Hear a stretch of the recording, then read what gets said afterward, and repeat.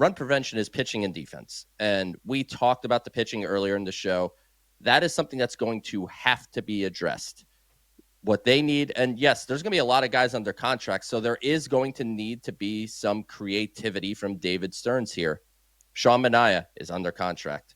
Kodai Senga is under contract. Clay Holmes is under contract. David Peterson is under contract. You have Nolan McLean, Brandon Sproat, Jonah Tong.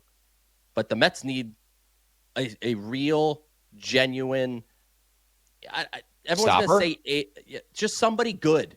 Stopper. That, a stopper, just somebody you can rely on to take the ball every fifth, sixth day, whatever it may be. And that starter is going to give you 6 innings of good baseball each and every time out, or, roughly that.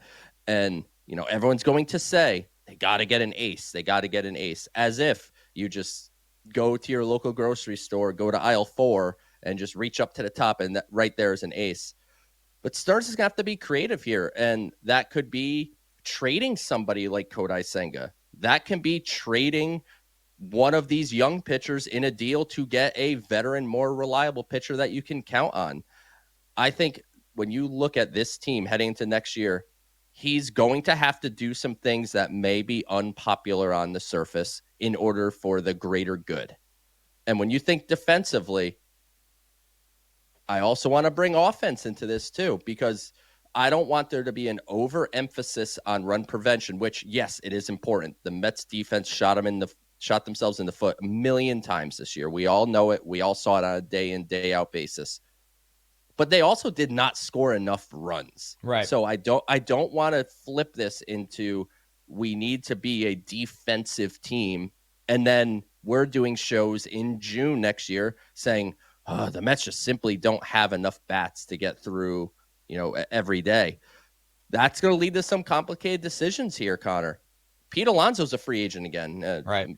Assuming he's not lying that he's opting out. I think we can assume that's happening. Do you want Pete Alonso back? Offensively, dang right I do. Because the Mets not only need Pete Alonso or a bat of his ilk at the 3 or 4 spot in the order, they need another one just like him. So if you eliminate him, that's the problem. You double the problem. But then Pete Alonso ran into throwing issues. They could say whatever they want. That throw is ultimately what got Kodai Senga injured that day. Overextending, and there goes the hamstring, and that led to his downfall this season. The corner outfield spots are a defensive issue. Juan Soto is what we thought he would be. He'll make the plays he kind of has to, and very rarely will he make an exciting play. Anything, over his head, he's not getting to. Left field, Brandon Nimmo is clearly losing a step. There's no better way to put it. He's not getting to balls that he once did. The arm is a problem in left field. And I don't know what you could do with either of those players. I mean, obviously you don't want to do anything with Juan Soto. He had a 43 homer, 38 stolen base, 920 OPS, just fantastic first year with the Mets. And Nimmo is under contract for a long time at a lot of money and has a full no trade clause and a very, very publicly stated desire to remain a Met for his entire career. So you could want to trade him and maybe you could convince him. But if not, Brandon Nimmo's on this team. So are you telling Juan Soto to start DHing some? Are you telling Brandon Nimmo to start DHing some? If you do that, is that enough offense out of the designated hitter spot? Center field, Tyrone Taylor is here. I think they'll certainly be looking to get a defensive type of center fielder again, hopefully a better version of Jose Siri. Just throwing a name out there. Let's revisit the Luis Robert talks. I'm open-minded there. I think where the real change on the infield has a chance to be, and again, this is nothing against any of these guys, and if they stay Mets, I'm going to root for them to improve and play better.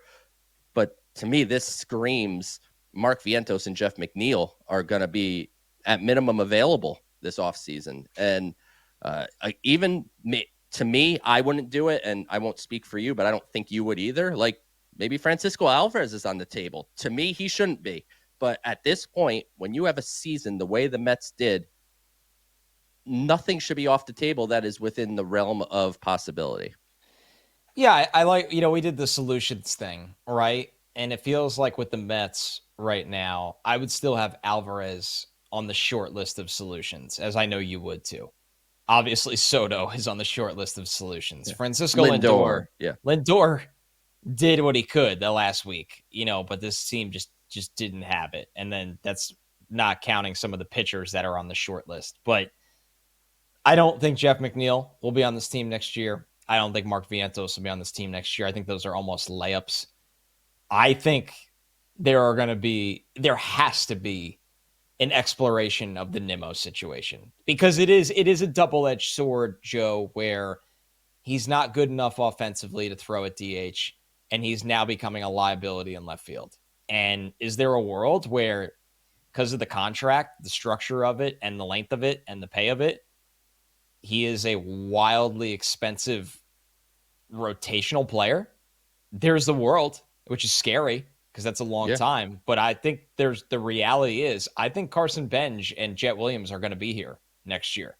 And I think the Mets are not going to be playing guys based on their paycheck, but playing guys based on how much better they make the New York Mets.